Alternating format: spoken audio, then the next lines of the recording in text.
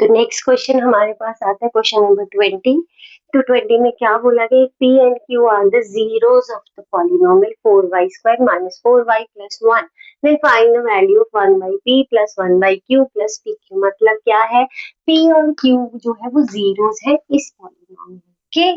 आपको फाइंड करनी है ये वाली value 1/p plus 1/q plus pq। मैंने आपको पहले भी बोला था कि जीरोस को वो कुछ भी लिख सकते हैं। जब भी जीरोस दिख जाए कि भाई आपको बोल दिया गया S and T are the zeros, तो आपके दिमाग में आना चाहिए यार हम अल्फा बीटा के बारे में पढ़े हैं, तो हमने पढ़ा है एनसीईआरटी में अल्फा बीटा के बारे में, तो वो भी जीरोस है, एस टी भी जीरोस है, मतलब अल्फा बीटा का दूसरा नाम हो गया एस एन टी। जैसे हम लोगों के भी घर में नाम होते हैं, आपके भी घर में बच्चों को अलग अलग नाम से प्यार से बुलाते हैं।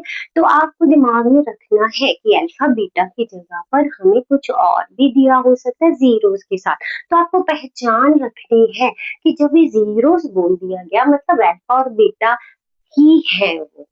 Got it. हाँ, नाम उसको अलग दे दिया गया है, तो जो रिलेशन हमारा अल्फा प्लस बीटा में बन रहा है वही हमारा पी प्लस क्यू में बनेगा, जो अल्फा इंटू बीटा में बन रहा है वही पी इंटू क्यू में बनेगा। तो हमें जो दे रखा है वो हम लिखते हैं। गिवन पॉलिनोमियल क्या दे रखी है हमें, गिवन पॉलिनोमियल हमें दे रखी है 4y² minus 4y plus 1। P and Q क्या दे रखे हैं, जीरोस दे रखे हैं। सिंस पी एंड क्यू क्या है, P and Q are the zeros of the given polynomial। Correct. तो अब आपको दे क्या रखा है, आपको ये दे रखा है, ये निकालना है। तो सबसे पहले हम सम के लिए ही काम कर लेते हैं। अल्फा प्लस बीटा लिखते थे, यहाँ पर पी और क्यू बोला गया तो हम अल्फा बीटा नहीं लिख सकते, तो उसकी जगह पे पी प्लस क्यू लिख दिया हमने। तो that will be minus B over A. P plus Q आया तो again I am telling you minus sign है यहाँ, इसे होल्ड कीजिए, पकड़ के रखिए इसे, इसके साथ दे रखा है। अब ये जो है इसके साथ ये बी, ये है कोफिशिएंट आपका किसका, y का। लीनियर टर्म में जो न्यूमेरिकल कोफिशिएंट दे रखा होता है वो होगा आपका -4। ठीक है, और नीचे ए क्या है, 4 है, वो किसका है, क्वाड्रेटिक टर्म में जो भी नंबर आपको नजर आ रहा है 4 है। वाई स्क्वायर का जो कोफिशिएंट है वो आपका ए है, वाई का कोफिशिएंट आपका बी है, वो माइनस में भी हो सकता है, आपका प्लस में भी हो सकता है।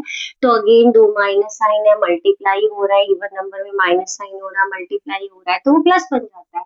तो ये आया 4, 4/4, 4 बार 4, तो ये आ गया 1। सम हमारे पास क्या आ गया, 1 आ गया, ये सम आ गया। अब हमें क्या निकालना है, प्रोडक्ट निकालना है। नाउ पी इंटू क्यू क्या होता है, सी बाई ए होता है। तो आपका प्रोडक्ट क्या निकला, सी क्या है 1, ठीक है, और ए क्या है 4 है, ये हमने यहाँ पर भी लिख रखा है 1 और 4। इट विल बी 1/4, तो ये प्रोडक्ट निकल गया आपका। Got it.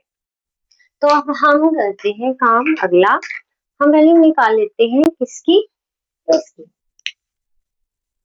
तो इट इम्प्लाइज जो आपका 1/p plus 1/q plus pq that will be equal to, आप इस दोनों टर्म्स का पहले एलसीएम ले लो। तो वो इस सबका इकट्ठा भी ले लेते हैं बट वो थोड़ा सा लंबा हो जाएगा, तो इससे अच्छा है कि हम इन दोनों का ले लें, क्योंकि वो तो प्रोडक्ट दिख ही रहा है तो हमें उसके साथ ज्यादा और काम करने की जरूरत नहीं है। तो यहाँ पर हमारा pq आ गया, ठीक है।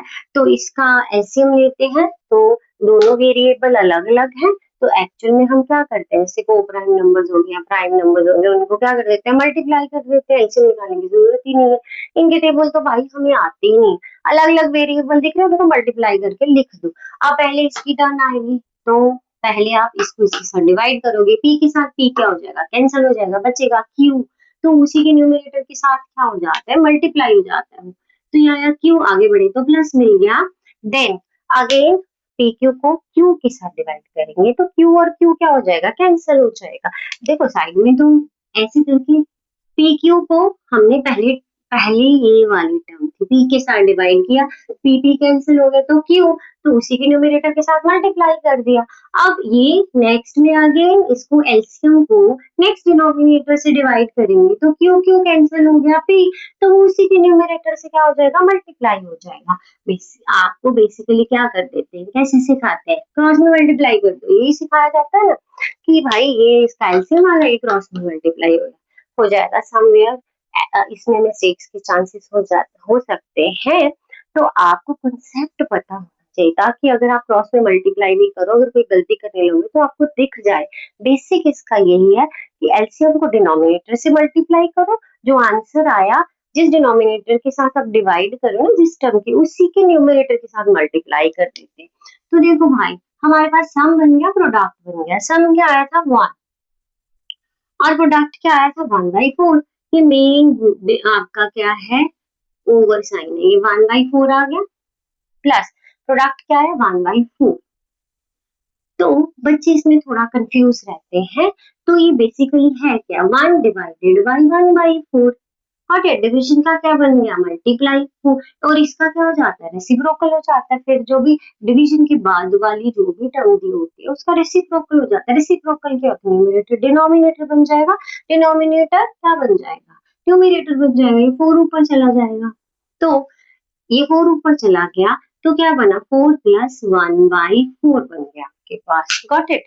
तो अब आप क्या ले लो, एलसीएम ले लो। एलसीएम क्या आया आपके पास, यहाँ पर 4 आया, तो इसका डिनोमिनेटर क्या है, 1 है, आपने इसके डिनोमिनेटर से डिवाइड किया, इसको अगेन 4 आया, 4 को 4 से मल्टीप्लाई कर दिया 60, प्लस अगेन इसके डिनोमिनेटर से डिवाइड किया। सेकंड देखो फर्स्ट टर्म आपकी 4 है, मतलब 4/1 पहले पहले की टर्म आई, एलसीएम को डिनोमिनेटर से उसी के डिनोमिनेटर से डिवाइड करना, जो भी डिवाइड करके आंसर आए उसके न्यूमरेटर से मल्टीप्लाई कर देना, आगे आया प्लस, अगेन 4 4 कट गए, डिवाइड हो गए, 1 आया तो 1 आ गया, तो 17/4 आ गया।